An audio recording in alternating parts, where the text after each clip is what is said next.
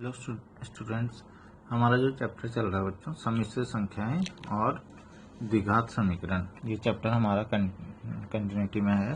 तो बच्चों इसमें हमने जो प्रश्नावली 5.1 थी, ठीक है ना, इसकी तो उससे रिलेटेड हमने क्वेश्चंस बच्चों कर लिए हैं, ठीक है। और वो समझ लिया है कि कैसे हम z बराबर हम लिखते थे a प्लस IB के रूप में हम जिसे लिखते थे, तो वो सम्मिश्र संख्या कहलाती थी। वहाँ पे कौन सा काल्पनिक भाग होता था, कौन सा वास्तविक भाग होता था, ठीक है ना, क्या मापांक होता था, ठीक है, क्या संयुग्मी होता था, ठीक है, गुणात्मक प्रतिलोम क्या होता था। तो ये सब चीज़ें हमने पहली वाली एक्सरसाइज में सीखी हैं। और हमने ये भी सीखा कि a धन IB के रूप में किस प्रकार से जो भी तुम्हें दिया है उसे कैसे व्यक्त किया जाता है, ठीक है। तो उसे छोटा करके कैसे लिखते हैं खातों को। मान लो एक ही घात 25 है, एक ही घात 40 है, एक ही घात 50 है, ठीक है ना, कुछ भी है, ये नहीं आई की घात, ठीक है। तो हम उसे कैसे छोटा करके हम करते थे, ठीक है ना। तो 4 से डिवाइड करके उसे हम करते थे, ठीक है ना, 4 के गुणज में लिख के करते थे। तो ये सारी चीज़ें हमने। तो बच्चों आज हम नेक्स्ट एक्सरसाइज करने जा रहे हैं, ठीक है। तो इसमें हम क्या करेंगे, इसमें हम एक थोड़ा नई चीज़ पढ़ेंगे।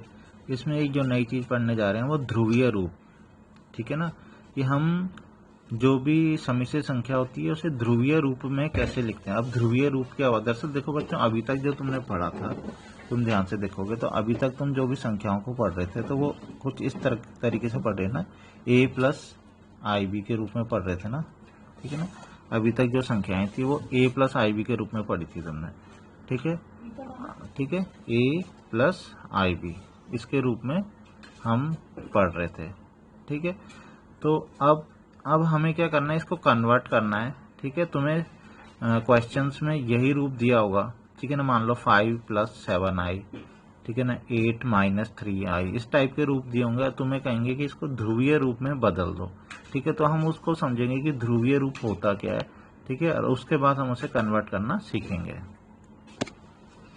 तो उससे पहले बच्चों हम क्या पढ़ेंगे, अब ध्रुवीय रूप में बदलने से पहले हम इसको हम पढ़ेंगे कि इसको कैसे हम रिप्रेजेंट करते हैं, मतलब किसी प्लेन में भी, तल में भी। जैसे कि तल का मतलब हो गया कि तुम्हें बच्चों तुमने XY तल तो पढ़ा होगा ना, इसे कार्तीय तल भी बोलते हैं, जिसमें कि हम निर्देशांकों को व्यक्त करते हैं ना, ठीक है ना। तुम कई बार जो ग्राफ वगैरह बनाते हैं हम, ठीक है ना, ग्राफ बनाए तुमने बहुत सारे, तो एक X अक्ष लेते हो, एक Y अक्ष लेते हो, ठीक है ना। तो यहाँ पे फिर संख्याएं लेते हो, मान लो ये 1 है, ये 2 है, 3 है, इस तरीके से लेते हो। तो अब तुम कोई भी यहाँ पे बिंदु बता देते हो, ठीक है ना, कोई भी निर्देशांक बता देते हो कि ये। और ऐसे करके बच्चों ये 4 पार्ट में डिवाइड होता है। ये चतुर्थांश भी होता है, ये प्रथम चतुर्थांश, ये द्वितीय चतुर्थांश होता है, ये तृतीय चतुर्थांश होता है, और ये चतुर्थ चतुर्थांश होता है, ये भी तुम्हें पता है, ठीक है। यहाँ पे किस तरीके से प्लस प्लस, यहाँ पे प्लस प्लस होता है, एक्स प्लस होता है, वाई प्लस होता है, यहाँ पे क्या होता है, यहाँ पे भी क्या होता है चिन्ह, यहाँ पे भी क्या होते हैं, ये सारे के सारे चिन्ह तुम्हें पता है, ठीक है। तो अब लेकिन हम क्या पढ़ना चाह रहे हैं, हमारा तो कुछ और ही चीज चल रही है। हमारी क्या चल रहा है, हमारा तो चल रहा है सम्मिश्र संख्या। तो हम सम्मिश्र संख्या को इसी प्लेन में अगर व्यक्त करना चाहते हैं तो हम कैसे कर सकते हैं, बिल्कुल कर सकते हैं, ठीक है ना। तो अगर हम सम्मिश्र संख्याओं को इस प्लेन में व्यक्त कर दें तो तब ये प्लेन जो है, ठीक है, तब इसका जो नाम होता है बच्चों वो आर्गंड तल कहलाता है, ठीक है ना। इसी तल को हम क्या बोलेंगे, आर्गंड तल कहेंगे। वह तल जिसमें प्रत्येक बिंदु को एक सम्मिश्र संख्या द्वारा निरूपित किया जाता है, ठीक है। तो कैसे करते हैं, जैसे मान लो कोई बिंदु यहाँ पे P है, ये XY है, XY तुम जानते ही हो, मतलब यहाँ तक वो X डिस्टेंस चला होगा और यहाँ तक वो क्या कितनी डिस्टेंस चला होगा Y। तब इस बिंदु को जो हम जिस सम्मिश्र संख्या से निरूपित करेंगे वो सम्मिश्र संख्या क्या होगी, X प्लस IY बच्चों, ठीक है ना। अब कैसे देखो, X प्लस IY कैसे, अब जो इसका जो पहला जो X निर्देशांक है वो तो उसको तो हम बना देंगे, उसको हम बना देंगे इसका वास्तविक भाग, ठीक है ना। और जो Y निर्देशांक है उसको बना देते हैं, कौन सा वाला भाग, उसको बना देते हैं काल्पनिक भाग, ठीक है, X प्लस IY। तो इसकी मदद से हम इजीली हम कोई भी बिंदु है, ठीक है ना, उसको हम किस रूप में लिख पाते हैं, उसको हम सम्मिश्र संख्या के रूप में लिख पाते हैं। मान लो देखो मैं तुम्हें समझाता हूँ, मान लो यहाँ पे है कोई बिंदु 2 3 है, ठीक है, हम चाहते हैं उसे सम्मिश्र रूप में लिखना चाहते हैं, तो क्या लिखेंगे 2 प्लस 3i, ठीक है। मान लो यहाँ पे कोई बिंदु है, ठीक है ना, यहाँ पे तुम्हें पता ही बिंदु कैसे होते हैं, एक्स वाला बिंदु किस में होता है, माइनस में होता है। तो मान लो यहाँ पे -2 और प्लस का 3 है, तो तब उसे समिश्र संख्या में लिखना हो तो कैसे लिखेंगे, -2 + 3i। ठीक है, आया समझ में। तो इस तरीके से हम उसको समिश्र संख्या में व्यक्त कर लेते। तो वह तल, अभी हम क्या कर रहे हैं, अभी हम इस तल को एक तरीके से बस समिश्र संख्या के लिए ही व्यक्त कर रहे हैं कि समिश्र संख्या हमने निकालनी है। तो अगर हम समिश्र संख्या का यूज कर रहे हैं तो ऐसे तल को फिर आर्गंड तल कहते हैं या फिर समिश्र तल कहते हैं। तो वह तल जिसमें प्रत्येक बिंदु को एक समिश्र संख्या द्वारा निरूपित किया जाता है समिश्र तल या आर्गंड तल कहलाता है। ठीक है, तो ये बात तो क्लियर हो गई होगी कि अगर हम किसी बिंदु को समिश्र संख्या से निरूपित कर दें, ठीक है, जो नॉर्मल हमारा प्लेन होता ही है, ठीक है ना, नॉर्मल एक्स अक्ष वाई अक्ष सब तुमने पढ़े हैं, ठीक है, चतुर्थांश पढ़े हैं। तो अगर उसमें लेकिन हम किसी बिंदु को समिश्र से बताना शुरू कर दें और इसका एक्स निर्देशांक को हम वास्तविक और जो वाई निर्देशांक है उसको क्या काल्पनिक भाग से बना के और हम उसे समिश्र में कन्वर्ट करते, तो फिर इस तल को हम क्या नाम दे देते हैं, इसे हम बोल देते हैं आर्गंड तल या समिश्र तल कह देते हैं। ठीक है, आर्गंड तल में एक्स अक्ष वास्तविक अक्ष कहलाता है और वाई अक्ष काल्पनिक अक्ष कहलाता है। जो ये एक्स अक्ष है इसे क्या बोलते हैं, ये है वास्तविक अक्ष। क्यों वास्तविक अक्ष होगा बच्चों, वास्तविक अक्ष अभी मैंने बताया ना, वास्तविक अक्ष इसलिए होगा क्योंकि यहाँ पे देखो क्या ये एक्स है ना, जो इस वाले को मैंने क्या बोला था, वास्तविक बोला था ना, पहले वाले को मैंने बोला था वास्तविक, दूसरे वाले को काल्पनिक। यहाँ पे देखो ध्यान से, एक्स है वास्तविक और वाई है काल्पनिक। तो एक्स वास्तविक है तो ये एक्स वाला तल क्या होगा, ये वास्तविक तल हो जाएगा। ठीक है ना, और जो वाई वाला एक्स वाला अक्ष है वो क्या हो जाएगा, वास्तविक अक्ष कहलाएगा। ठीक है ना, और ये वाई वाला अक्ष क्या कहलाता है, काल्पनिक अक्ष कहलाता है। ठीक है, तो एक्स अक्ष को बोलते हैं वास्तविक अक्ष। ठीक है ना, एक्स क्योंकि हम बोल रहे हैं कि एक्स वास्तविक पार्ट है। ठीक है ना, इसलिए एक्स अक्ष को वास्तविक अक्ष कहते हैं यहाँ पे। ठीक है, तो इस चीज का ध्यान रखना, एक्स अक्ष क्या हो गया, वास्तविक अक्ष होगा, और वाई अक्ष जो होगा वाई वाला अक्ष, ठीक है ना, जो दूसरा वाला है, ठीक है ना, तो वाई अक्ष क्या कहलाएगा बच्चों, काल्पनिक अक्ष कहलाता। तो ये एक तरीके से इसको हम अगर इसको ग्राफिकली हम बताएं, ठीक है, तो उसके लिए हम कोई एक प्लेन ले, तल ले, तो उसे आर्गन तल कहते हैं। उसको हम चित्र के रूप में, ठीक है ना, एक आरेख के रूप में व्यक्त करना चाहें तो हम एक बिंदु के रूप में उसे व्यक्त कर लेते हैं। ठीक है, तो वो बिंदु P है जो कि बता रहा है किसी समिश्र संख्या x धन i y को। अब अगर हम क्या करें, मूल बिंदु से उस P को मिला लें एक रेखाखंड के द्वारा, ठीक है, OP को, तो ये OP क्या होता है बच्चों, देखो ध्यान से, तो OP मतलब O से P तक की दूरी। तो O से P तक की दूरी तुम निकाल सकते हो, तुम्हें पता होगा ये O तो मूल बिंदु है, तो मूल बिंदु क्या होता है बच्चों, 0 0, ये है x y। तो क्या तुम ये दूरी निकाल सकते हो, तुम्हें अगर दूरी का फॉर्मूला याद हो तो क्या होता था, √x2 - x1 का वर्ग प्लस y2 - y1 का वर्ग, ऐसे ही तो होता था। तो वही फॉर्मूला अगर लगाऊं मैं, वर्गमूल x - 0 का वर्ग मतलब x का वर्ग, और प्लस y - 0 का वर्ग मतलब y का वर्ग। तो क्या आया, इन दोनों के बीच की दूरी सूत्र तो हमने पिछली क्लास में पढ़ा हुआ ना, तो अगर हम दूरी का फॉर्मूला लगाएं तो दूरी आई वर्गमूल x² + y²। तो तुम देखोगे O और P के बीच में, तो मूल बिंदु से और इस बिंदु के बीच की दूरी कितनी आई, वर्गमूल x² + y²। लेकिन याद करो ये वर्गमूल x² + y² क्या होता था, याद आ रहा है, अगर कोई समिश्र संख्या दी है तो वर्गमूल x² + y²। अगर ऐसे याद नहीं आ रहा तो ऐसे याद कर लो कि अगर a + ib के रूप में दिया है तो वर्गमूल a² + b² क्या होता था, ठीक है ना, वर्गमूल a² + b²। याद आया अब, ठीक है, क्योंकि मैंने a + ib के रूप में बताया था, तो शायद तुम्हें वैसे याद आ जाए। क्या होता था, z का मापांक होता था, ठीक है ना, मापांक। तो एक तरीके से ये वर्गमूल x² + y² क्या हो गया, जो ये मूल बिंदु से और इसके बीच की जो दूरी है वो क्या किसको डिनोट कर रहा है, वो एक तरीके से हो गया कि वो एक तरीके से जो ये समिश्र संख्या है उसका मापांक बता रहा है। ठीक है, ये दूरी। तो हम देखो ग्राफिकली कई सारी चीजें बताते जा रहे हैं। उस बिंदु से हम बता रहे हैं कि समिश्र संख्या निकाल दी हमने, ठीक है ना, इनके बीच की दूरी से हमने मापांक निकाल दिया। ठीक है, तो इस तरीके से हम कई सारी चीजें किससे, केवल हम इस ग्राफिकल रिप्रेजेंटेशन से हम ये चीजें देख रहे हैं। ठीक है, तो x + iy का मापांक है, बिंदु P से और मूल बिंदु के बीच की दूरी द्वारा प्राप्त होता है। ठीक है बच्चों, तो ये मेनली हमने बस ये पढ़ लिया कि ग्राफिकली इसको कैसे रिप्रेजेंट करते हैं। ठीक है, अभी हम लेकिन मैंने जैसे कि तुम्हें बताया था, हम इस एक्सरसाइज में पढ़ने के रह रहे हैं, सारे के सारे क्वेश्चन हैं कैसे। अभी आज मैं तुम्हें केवल थोड़ा सा इसके थ्योरी टाइप की मैं इसे बता रहा हूँ। आज इसके क्वेश्चन ही नहीं करेंगे क्योंकि उसमें टाइम लगेगा थोड़ा सा क्वेश्चंस में, ठीक है ना। उसको मैं नेक्स्ट वीडियो में पूरा तुम्हें क्वेश्चंस बताऊंगा कि इस एक्सरसाइज में क्वेश्चंस होने कैसे हैं। तो इसमें एक ही प्रकार के सारे प्रश्न हैं, सारे के सारे। वो प्रश्न क्या है, वो प्रश्न ये है कि हमें a प्लस आई बी या x प्लस आई वाई के रूप में प्रश्न दिए होंगे, ठीक है ना।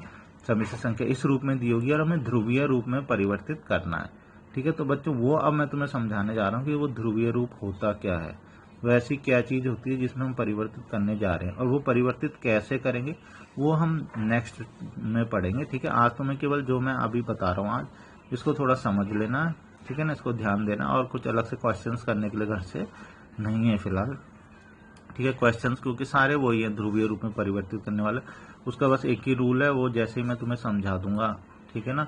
उसमें थोड़ा सा जो भी चीजें हैं वो जब मैं नेक्स्ट वीडियो में बताऊंगा तो तुम्हें अच्छे से वो बात समझ में आएगी, ठीक है ना, कि परिवर्तित करना कैसे है, ठीक है। फिलहाल ये सबसे पहले ये समझते कि ध्रुवीय रूप होता क्या है, किस प्रकार का रूप होता है जिसमें हम परिवर्तित करना सीखेंगे बाद में, ठीक है। तो अब हम नेक्स्ट पढ़ने जा रहे हैं एक समिश्र संख्या का ध्रुवीय रूप, ठीक है। तो हमने ये पढ़ा कि कोई बिंदु P है, वो समिश्र संख्या को क्या बताता है, x प्लस आई वाई का निरूपित करता है ना, ठीक है। तो अब हम लेकिन ध्रुवीय रूप में कन्वर्ट करना चाहते हैं, एक्स वाई वाला रूप तो हमने पीछे पढ़ लिया, अब हम पढ़ना चाहते हैं कि इसको ध्रुवीय रूप में कन्वर्ट करना चाहते हैं। तो ध्रुवीय रूप में बच्चों जैसे उस वाले रूप में x और y आ रहा था ना, इसमें होता है r और थीटा आता है, ठीक है। तो अब ये r और थीटा क्या होता है, बात करें x और y की, तो x और y तो तुम्हें पता था क्या होता है ना, यहाँ से लेके यहाँ तक की डिस्टेंस तो x थी, और फिर यहाँ से यहाँ तक की डिस्टेंस कितनी होती थी y, क्योंकि p क्या होता था एक्स वाई, मतलब यहाँ से यहाँ तक चलते थे x और यहाँ से यहाँ तक चलते थे तो y, ठीक है, ये हो जाता था। लेकिन अभी क्या है, अभी ये बिंदु तो यहाँ पे एक्स वाई है, ठीक है ना, बिंदु तो एक्स वाई है, लेकिन अभी हम ये जो आर थीटा क्या चीज है, एक्स वाई का मतलब चल तो अभी भी हम एक्स पे रहे, यहाँ पे वाई पे चल रहे हैं, लेकिन ये आर थीटा के रूप में अब इसको हम निरूपित करेंगे। तो ये आर थीटा क्या है, पी बिंदु पी तो अभी भी एक्स वाई है, ठीक है ना, बिंदु पी अभी भी एक्स वाई है, ठीक है। अब ये आर और थीटा क्या होते हैं सबसे पहले हम ये पढ़ेंगे, ठीक है, और फिर आर थीटा के रूप में से लिखते कैसे फिर ये पढ़ेंगे, ठीक है बच्चों, ठीक है। तो अब हम देखो क्या क्या करेंगे इसमें। तो इसमें अगर सबसे पहले तो हम देखेंगे, ये तो ओ हो गया ना, तो अभी मैंने बताया था ना ओ से पी तक की डिस्टेंस, ठीक है, वर्गमूल x square plus y square. तो अगर हम ओ से पी तक की डिस्टेंस को मान ले आर, ठीक है, तो मैंने दो चीजें बोली तुम्हें, एक आर और थीटा। तो सबसे पहले समझ लेते हैं आर क्या होता है। तो आर होता है ओ से पी तक की दूरी को कहा जाता है आर, ठीक है। तो ओ से पी तक की दूरी कितनी हो गई, आर हो गई। नेक्स्ट, ठीक है, दूसरी चीज मैंने बोला ध्रुवीय रूप में एक चीज होती है आर, ध्रुवीय रूप में दूसरी चीज होती है थीटा, ठीक है ना। वो थीटा क्या होता है, तो थीटा होता है जो भी बिंदु हम ले रहे हैं, जो भी समिश्र संख्या हम ले रहे हैं, उसको जो मूल बिंदु से मिलाने वाली जो रेखा है वो x की धन दिशा के साथ, धनात्मक दिशा के साथ जो एंगल बना रही है, ठीक है ना, वो क्या कहलाता है, थीटा कहलाता है। तो थीटा एक कोण है जो x की धन दिशा के साथ OP बनाता है, ठीक है ना। देखो मान लो P यहाँ पे ना होके यहाँ पे मान लो, तब इसको हम ऐसे करके मिलाएंगे, तब एंगल कौन सा वाला होगा, ये वाला x की धन दिशा के साथ। तो इस तरीके से जो एंगल बनता है, अब इस एंगल में जब हमें काफी सारे एंगल ले सकते हैं इसमें, ठीक है ना, लेकिन इसमें थोड़ा सी एक तुम्हें ध्यान रखना, वो अभी मैं आगे बताऊंगा, पहले लेकिन इस चीज को समझ लेते हैं थोड़ा सा इनके बीच रिलेशन को, ठीक है। तो मैंने क्या बोला कि बिंदु जो है वो समिश्र संख्या x प्लस आई वाई को निरूपित करता है, ओपी की लंबाई भी मैंने बता दी, इसको मानना है आर, ठीक है ना, और ओपी एक्स अक्ष की धन दिशा के साथ थीटा कोण बनाता है, ये भी मैंने बता दिया, ठीक है। तो बिंदु P को आर थीटा से निरूपित किया जाता है। तो इस बिंदु P को हम किससे करते हैं, फिर आर थीटा से निरूपित करते हैं, किसमें, ध्रुवीय रूप में। वैसे नॉर्मली एक्स वाई है ये, ठीक है ना, इसको आर थीटा से निरूपित करते हैं। तो आर थीटा बिंदु P के ध्रुवीय निर्देशांक कहलाते हैं। जो कार्तीय निर्देशांक है वो तो एक्स वाई है, और जो ध्रुवीय निर्देशांक है आर थीटा है। लेकिन इसको ऐसे नहीं समझना बिल्कुल भी आर थीटा को कि यहाँ तक हम आर चलेंगे यहाँ तक थीटा चलेंगे, नहीं। आर का मतलब हो गया यहाँ से यहाँ तक की दूरी, और थीटा का मतलब हो गया ये एंगल, ठीक है ना। बाकी है ये एक्स वाई निर्देशांक, ठीक है। अब तुम्हें कन्वर्ट करना है एक्स वाई को आर थीटा में, तो उसके लिए कैसे करेंगे बच्चों?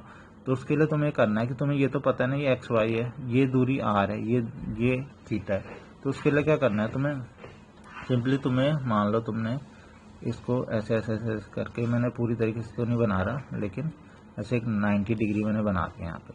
तो अब तुमने इस समकोण त्रिभुज में रूल पढ़ा हुआ होगा, ठीक है, साइन थीटा कॉस थीटा ये सारी चीज़ें पढ़ी होंगी, लंब बटे कर्ण, आधार बटे कर्ण। तो हम क्या करेंगे इस आर और थीटा के बीच में, और तुम्हें पता है यहाँ से यहाँ तक की दूरी कितनी है? एक्स है, ठीक है ना, और यहाँ से यहाँ तक की दूरी कितनी है? वाई है, ठीक है ना। यहाँ से यहाँ तक एक्स गए, फिर यहाँ से यहाँ तक वाई गए। तो मैं इसकी मदद से अब x r theta, x y r theta, इनमें रिलेशन निकालूंगा, ठीक है। तो अब सबसे पहले हम लगाएंगे कौन सा वाला रूल? कॉस थीटा का। कॉस थीटा तुम्हें पता क्या होता है बच्चों? कॉस थीटा होता है आधार बटे कर्ण होता है ना कॉस थीटा। तो ये थीटा है ना, तो हम लिखेंगे कॉस थीटा बराबर कितना होगा? आधार बटे कर्ण। तो आधार कितना है? एक्स, और कर्ण कितना है? आर। तो कॉस थीटा बराबर आधार बटे कर्ण, कर्ण कितना? आर है। तो यहाँ से आर उधर किया तो एक्स बराबर कितना हो जाएगा? R cos theta. ये मैं बस केवल ये बता रहा हूँ कि ये आया कैसे, तुम्हें इतना कुछ करना नहीं है, क्योंकि अब तुम्हें ये याद ही रखना है, सही बताऊँ तो, ठीक है ना। अब तुम ये मत करते जाना कॉस थीटा आधार बटे कर्ण लंब बटे कर्ण, ठीक है। सेम ऐसे ही बच्चों साइन थीटा करोगे तो साइन थीटा बराबर क्या होता है? लंब बटे कर्ण ना, लंब कितना है? वाई, वाई बटे कर्ण, ठीक है, कर्ण कितना है? आर, ठीक है। तो लेकिन अब ये चीज़ें तुम्हें सीधा सीधा तुम्हें, अब तुम इतने सारे क्वेश्चंस करोगे तो तुम्हें ये रट ही जाएगा लगभग। ये हर क्वेश्चन में आने वाला है, ठीक है। क्या कि x बराबर तुम्हें याद रखना है, लर्न कर लेना है कि x बराबर आर कॉस थीटा होता है, y बराबर आर साइन थीटा होता है, ठीक है। और हम करना क्या चाह रहे थे बच्चों? हम ध्रुवीय रूप में बदलना चाह रहे थे ना, मतलब हम x और y, x plus i Y वाले रूप में न रख के ध्रुवीय रूप में बदलना चाह रहे थे। और ध्रुवीय रूप में बदलने का मतलब क्या था? हम r और थीटा में लिखना चाह रहे थे। तो हमने देखो x को बदल दिया r और थीटा में, y को भी बदल दिया r थीटा में। अब ये x और y का मान हम रख देते हैं x प्लस आई वाई में, उसके बाद हमारा जो क्वेश्चन है बच्चों वो परिवर्तित हो जाता है, और किस रूप में आ जाता है? वो r और थीटा के रूप में आ जाता है, ठीक है। तो फिर से देख लो ध्यान से, इसको तुम्हें याद कर लेना है क्या कि x बराबर होता है आर कॉस थीटा, ठीक है ना। पहले कॉस थीटा आता है, पहला वाला जो वास्तविक वाला भाग है उसमें आर कॉस थीटा आता है, जो काल्पनिक वाला भाग है वाई वाला उसमें आता है आर साइन थीटा, ठीक है। तो ये लर्न हो जाना चाहिए तुम्हें, और जैसे जैसे क्वेश्चन करोगे तो एकदम से लर्न हो भी जाएगा, ठीक है। तो एक्स बराबर आई कॉस थीटा, वाई बराबर आई साइन थीटा। तो लेकिन अभी ये तो पहला वाला रूप है हमारा x प्लस आई वाई वाला रूप, ठीक है। अब हम किस में चेंज करना चाहते हैं? इसको ध्रुवीय रूप में चेंज करना चाहते हैं। तो हम क्या करेंगे? तो हर प्रश्न में बच्चों यही करना, शुरुआत ही यहाँ से होनी है कि x को आर कॉस थीटा मान लेना और y को आर साइन थीटा मान लेना, ठीक है। तो हम क्या करेंगे? x बराबर आर कॉस थीटा, ठीक है ना, और y का मान कितना रख देंगे? R sine theta. तो यहाँ से कुछ कॉमन आ रहा है, आर ही कॉमन आ रहा है, बस आर यहाँ पे भी, आर यहाँ पे भी, आर कॉमन ले लेंगे तो cos theta plus i sine theta ये आ गया। तो यह सम्मिश्र संख्या का ध्रुवीय रूप कहलाता है। तो तुम ध्रुवीय रूप में जो समझाना चाह रहा था आया समझ में? तो कोई सम्मिश्र संख्या x प्लस आई वाई दे रखी, हमने उसे ध्रुवीय रूप में कैसे लिखा? z बराबर आर गुणा cos theta plus i sine theta. तो यहाँ पे आर की वैल्यू अगर हमें पता चल जाए और थीटा की वैल्यू बच्चों पता चल जाए तो हमारा क्वेश्चन हो जाएगा। मान लो तुमने पता लगा लिया कि आर का मान 2 आया है, तो तुम यहाँ पे 2 रख दोगे, और तुम्हें ये पता चल गया कि थीटा का मान पाई बटे 2 है, तो यहाँ पे तुम थीटा का मान पाई बटे 2 और पाई बटे 2 रख दोगे, ठीक है ना। बस इतना छोड़ देना और वो तुम्हारा आंसर आ गया। तो क्या आंसर आया तुम्हारा आंसर आया जेड बराबर 2 इंटू कॉस पाई बटे 2 प्लस आई साइन पाई बटे 2, बस इतना, ठीक है ना। अब कॉस पाई बटे 2 की वैल्यू नहीं रखनी है, बस इतना छोड़ देना, कॉस पाई बटे 2 प्लस आई साइन पाई बटे 2। तो ये रूप बच्चों ध्रुवीय रूप कहलाता है। लेकिन अब इसमें थीटा, मतलब ये तुम्हें पता चल जाना चाहिए कि ध्रुवीय रूप तो ये होता है, इसे लर्न कर लेना है, ठीक है ना। R cos theta plus i sine theta. अब तुम्हारा जो मेन काम है क्या है? तुम्हारा मेन काम है कि थीटा का मान निकालना और आर का मान निकालना, ठीक है। तो थीटा और आर के मान कैसे निकलते हैं, ठीक है। तो सबसे पहले अगर मैं बात करूं कि आर का मान कैसे निकलता है, आर होता क्या है, तो अभी भी हमने पढ़ा था ना, ओ से पी तक की दूरी को आर कहते हैं, ठीक है। तो आर क्या होता था? आर को जेड का मापांक भी कहते हैं, और आर बराबर क्या होता है? जेड का मापांक हमने पढ़ा है ए स्क्वायर प्लस बी स्क्वायर। तो ये निकालना बड़ा आसान हो जाता है। बल्कि यहाँ पे मैं ए बी की बात क्यों कर रहा हूँ, अभी तो हम एक्स और वाई पर पढ़ रहे हैं ना, तो x square plus y square, ठीक है ना। तो सबसे पहले अगर जेड बराबर एक्स प्लस आई वाई दे रखा है और हम बदलना चाह रहे हैं इसे किसमें? ध्रुवीय रूप में। तो मैं उसमें दो चीज़ों की जरूरत है, एक आर की और एक थीटा की। तो आर कैसे निकालते हैं? आर बहुत ही आसान होता है निकालना, वर्गमूल एक्स का वर्ग प्लस वाई का वर्ग, मतलब हमें इसका मापांक निकाल लेना है एक्स प्लस आई वाई का, और आर निकल जाता है। ठीक है, उसके बाद नेक्स्ट है थीटा। तो थीटा को सम्मिश्र संख्या का क्या कहते हैं बच्चों? कोणांक कहते हैं, इसे ध्यान रखना। क्या बोलते हैं? कोणांक कहते हैं, या फिर इसे आयाम भी कहा जाता है थीटा। ठीक है, तो थीटा को कोणांक कहते हैं या आयाम कहा जाता है। ये थोड़ा सा इंपॉर्टेंट होता है निकालना, और ये थोड़ा सा कठिन होता है। आर की तरह इतना आसान नहीं होता कि एकदम से तुमने आर बराबर वर्गमूल x square plus y square निकाला और एकदम से तुरंत ही निकल गया। थीटा निकालना थोड़ा सा मुश्किल होता है, और थीटा के लिए इसी वजह से मैं ये थीटा वाली बात नेक्स्ट एक्सरसाइज में करूंगा, और उसमें हम नेक्स्ट वीडियो में करूंगा, और उसमें हम पूरा पढ़ेंगे। ठीक है ना, बहुत डीपली हम उसमें पढ़ेंगे कि थीटा कैसे निकाला जाता है, बहुत इंपॉर्टेंट है। थीटा की वैल्यू हमेशा माइनस पाई से पाई के बीच में होती है, और थीटा के बहुत ज़्यादा चांस होते हैं बच्चों की गलत निकल जाता है थीटा। ठीक है, तो अगर मैं तुम्हें एक रूल बताऊंगा, ठीक है ना, उस रूल को तुम फॉलो करोगे, ठीक है, उन स्टेप्स को तुम फॉलो करोगे, तो थीटा की वैल्यू कभी भी तुमसे गलत नहीं निकलेगी। ठीक है, तो वो हम नेक्स्ट वीडियो में पढ़ेंगे। ठीक है, क्योंकि काफ़ी बड़ा है वो, तो उसमें उसके बाद क्या होगा, नेक्स्ट वीडियो में हमारे ये जो एक्सरसाइज पूरी कंप्लीट हो जाएगी, फिर कुछ नहीं बचेगा इस एक्सरसाइज में, क्योंकि सारे क्वेश्चन इसमें केवल यही है, उदाहरणों में या चाहे क्वेश्चन हो, सारे केवल यही है क्या, कि ध्रुवीय रूप में परिवर्तित करो।